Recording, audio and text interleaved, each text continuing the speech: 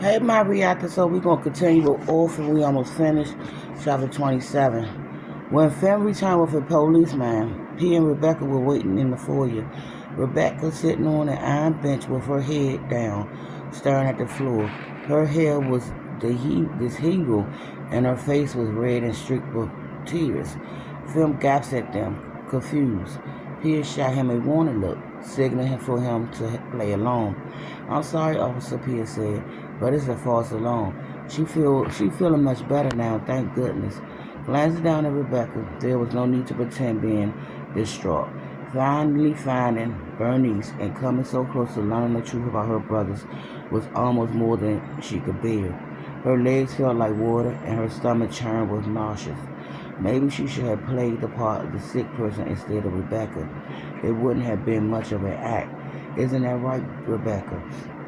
Rebecca lifted her head and nodded, pretending to mope. "Yes," she said. "I'm sorry for making such a fuss." The police knelt in front of her, his leather boots creaking. "Are you certain, miss? This young man made it sound quite urgent. I can get you to a hospital right away if you need to go." "No, I'm fine, officer," Rebecca said. "I was feeling rather lightheaded for a few minutes, but I'm much better now, really." "She's just getting over childbed fever," Pia said, "and she's been having the vapors recently." The police straightened, his brows furrowed. "I see," he said. Then he eyed Finn, his chest out, one thumb looked over his utility belt.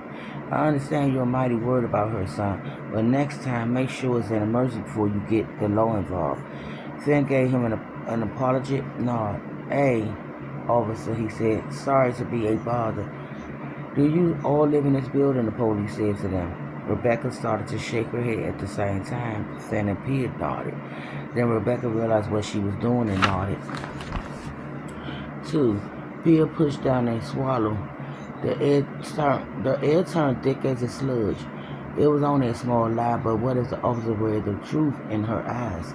There was a dead woman upstairs, and even though Bernice probably would have died from whatever rupture in her brain anyway, there was a high chance Pia had something to do with happening sooner rather than later.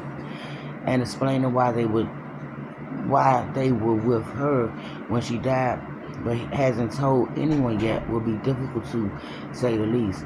She had no proof Bernice had taken her brothers, not yet anyway. Well, perhaps you should take your friend back to her apartment so she could rest, the police said to Pia. "Yes, officer," Pia said. "Thank you so much for coming."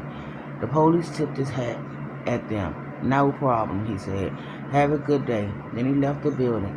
After he was gone, Finn gaped at Pia, eyes bulging. "In the name of all that holy, what is going on? What happened?"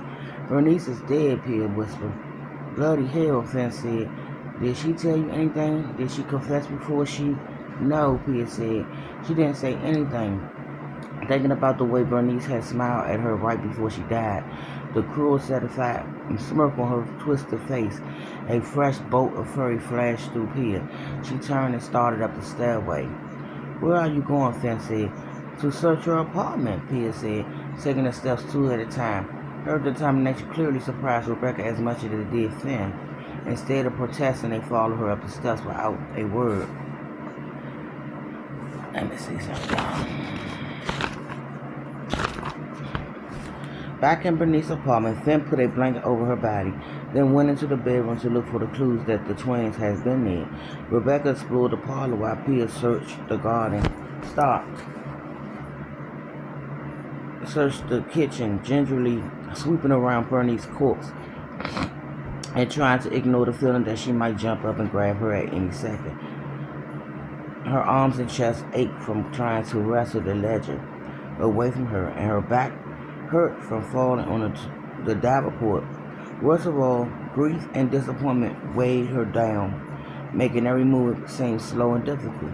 The only person who knew what happened to Ollie and Max was dead. It would take a miracle to find them now. But imagine the worst were easy, and she wasn't willing to give up. And I'll be back, y'all.